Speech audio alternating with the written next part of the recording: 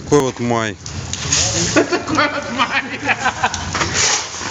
Ласковый май, блядь. Настоящий суровый крымский май, блядь.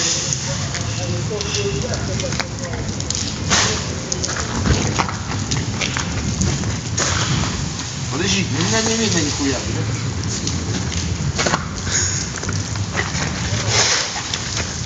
Ты минируешь, Жора?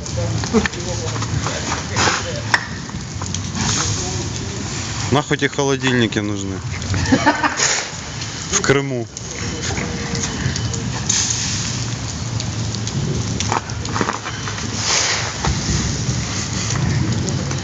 Ну пивко будет холодное, да?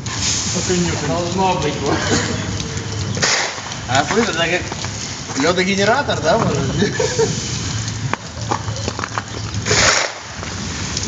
Главное, чтобы сейчас минус не въебал.